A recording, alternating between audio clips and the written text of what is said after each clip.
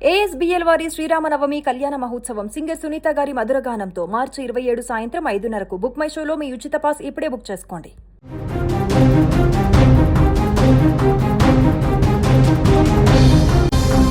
అగ్రరాజ్యాలకే దడపుటిస్తున్న పశ్చిమాసియా టెన్షన్స్ మధ్య దాయాది దేశం పాకిస్తాన్కు ఊహించని బిగ్ షాక్ తగిలింది. సముద్ర జలాల్లో ఆ దేశానికి ఘోర పరాభవం జరిగింది. తమ కంటైనర్ నౌక దర్జాగా సముద్రం దాటుకుంటూ వస్తుందని కరాచీ పోర్టులో ఎదురు చూస్తున్న పాకిస్తాన్కు ఇరాన్ మైండ్ బ్లాక్ అయ్యే ట్విస్ట్ ఇచ్చింది.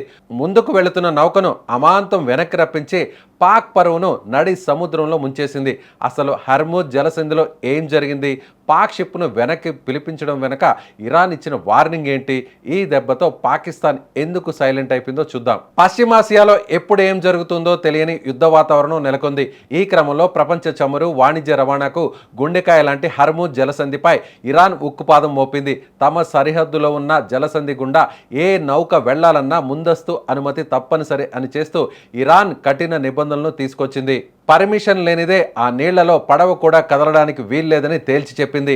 ఈ రూల్స్ అగ్ర రాజ్యాలకు సైతం వణికి పుట్టిస్తున్న టైంలో పాకిస్తాన్ ఓవర్ యాక్షన్ చేసి బుక్ అయిపోయింది. వాళ్ళు చేసిన ఒక చిన్న తప్పు అంతర్జాతీయ స్థాయిలో పెద్ద అవమానాన్ని తెచ్చిపెట్టింది. సరిగ్గా ఇక్కడే అసలు సీన్ మొదలైంది. కరాచీ పోర్టుకు సరుకుతో వెళ్లాల్సిన ఒక పాకిస్తాన్ కంటైనర్ నౌక ఇరాన్ నిబంధనలను బేఖాతరు చేస్తూ హర్ముజ్ జలసంధిలోకి ప్రవేశించింది. ముందస్తు అనుమతులు తీసుకోకుండా దర్జాగా వెళ్ళిపోవచ్చని పాక్ షిప్ కెప్టెన్ భావించాడు. కానీ ఇరాన్ నిఘా కళ్ళు వాళ్ళని వదిలిపెట్టలేదు. అనుమతులు లేకుండా తమ జలాల్లోకి ప్రవేశించిన పాక్ నౌకను ఇస్లామిక్ రిపబ్లిక్ ఆఫ్ ఇరాన్ దళాలు వెంటనే గుర్తించాయి. క్షణాల్లో యాక్షన్లోకి దిగి నౌకను చుట్టుముట్టాయి. ముందుకు వెళ్ళనివ్వకుండా అడ్డుకొని వచ్చిన దారినే నౌకను వెనక్కు మళ్లించి పాకిస్తాన్కు దిమ్మ తిరిగే షాక్ ఇచ్చాయి. ఇది కేవలం ఒక నౌకను ఆపడమే కాదు, ఒక దేశం సార్వభౌమాధికారం చెంప చెల్లుమనిపించడమే. ఒక దేశానికి చెందిన భారీ వాణిజ్య నౌకను నడి సముద్రంలో ఆపేసి వెనక్కి తరిమేయడం అంటే అంతర్జాతీయ స్థాయిలో అది పాకిస్తాన్కు జరిగిన ఘోర అవమానం. ఇప్పటికే ఆర్థికంగా బిచ్చమెత్తుకుంటున్న పాకిస్తాన్కు ఇప్పుడు సముద్ర మార్గంలో ఇరాన్ ఇచ్చిన ఈ వార్నింగ్ మింగుడు పడడం లేదు. మా రూల్స్ బ్రేక్ చేస్తే మీరెంత, మీ షిప్ ఎంత అని ఇరాన్ పరోక్షంగా పాకిస్తాన్ గర్వాన్ని అణిచివేసింది. కరాచీకి చేరాల్సిన సరుకు ఆగిపోవడంతో పాక్ వ్యాపార వర్గాలు ఇప్పుడు తల పట్టుకుంటున్నాయి. పాకిస్తాన్ గురించి మనం ప్రత్యేకంగా చెప్పాల్సిన అవసరం లేదు. ప్రతిసారి దొరికినటువంటి ప్రతి సందర్భంలో కూడా పాకిస్తాన్ తన పరువును తానే ఇలా నడి సముద్రంలో కలుపుకుంటుంది.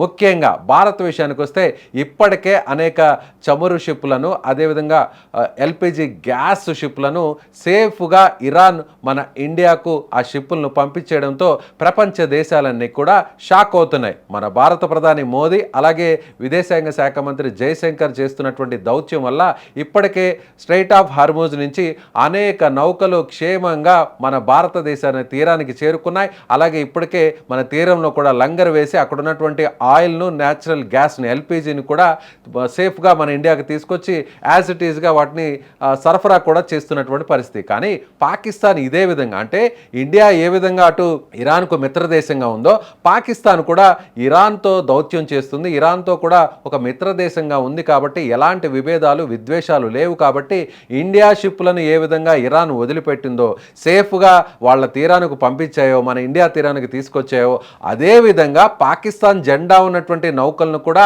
ఈ కంటైనర్ ఉన్నటువంటి నౌకను కూడా పట్టించుకోకుండా ఇరాన్కి సంబంధించినటువంటి దళాలు వదిలేస్తాయన్న ధీమాతో పాకిస్తాన్ ముందుకు కదిలింది. అక్కడే చుక్కలు చూపింది ఇరాన్.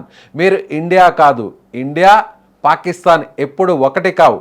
ఇండియా వేరు, పాకిస్తాన్ వేరు. ఇండియా షిప్పులు వేరు, ఇండియాకి ఇచ్చేటువంటి రెస్పెక్ట్ వేరు, ఇండియాకి ఇచ్చేటువంటి మర్యాద వేరు, పాకిస్తాన్కి ఇచ్చేటువంటి మర్యాద వేరు అని ఇక్కడ చెప్పకనే చెప్పింది ఇరాన్. దీంతో ఒక్కసారిగా పాకిస్తాన్ పులిని చూసి నక్క వాతలు పెట్టుకున్నట్టుగా ఇండియా షిప్పులను వదిలినట్టుగానే ఇప్పుడు తమ షిప్పులను కూడా ఇరాన్ వదిలిపెడుతుందేమో అనేటువంటి ఒక ఆశతో ముందుకు కదిలినటువంటి ఆ షిప్పును ఒక్కసారిగా బ్లాక్ చేసింది.